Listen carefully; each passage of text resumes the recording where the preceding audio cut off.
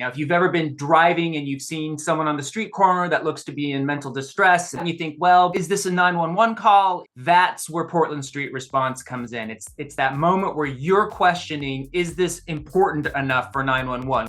Robin Burek is the manager for a Portland Street Response, an alternative to police for people who are experiencing mental and behavioral health issues which are not life-threatening. Robin, can you tell me a little bit about what the overall goal for Portland Street Response is? Absolutely. This is really about sending the right responder to the right response. Our goal is to be able to divert calls that have traditionally just fallen over to police and fire, but it doesn't really fit their mission and what they're intended to do. And it's being able to provide another different sort of response to those types of calls. We've been able to divert about 4% of calls from police.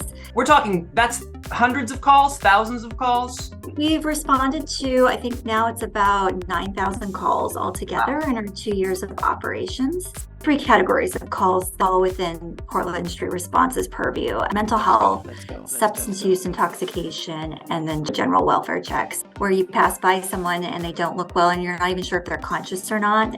They don't have appropriate clothes on for the weather, and it just doesn't look like they're doing well. And to make the distinction, you see somebody like that, you call Portland Street Response. You see that exact same person, but they have a knife or a razor blade in their hands, you still call the police.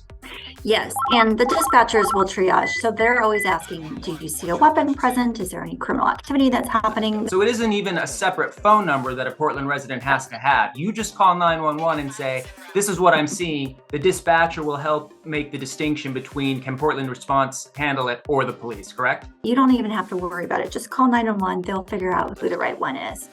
That's great. And I've seen the vans. Inside the van is what, a social worker? We have an EMT paired with a mental health crisis responder. The first year was just a small neighborhood. We weren't even citywide, and now we're citywide.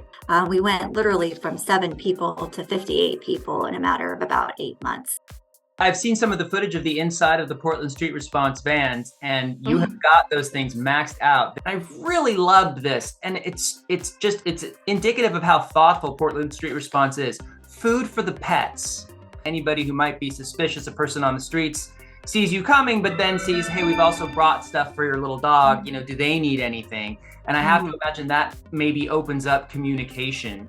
Absolutely. Most of the calls that we go on, that's actually been one of the best things about our program, I think, is the ability to be like, hey, before we leave, can we leave you with a bottle of water? I see you're not wearing any shoes. Would you like some shoes? We have a pair. And ultimately, what we're about is caring about their welfare and making sure that they feel safe. I was really happy to discover that I live in a city where something like that exists. And I think people get hesitant sometimes to call any sort of emergency service because they don't know if it qualifies. Absolutely. And any sort of questionable behavior where you're like, this is out of the social norm, don't hesitate to call and request Portland Street Response.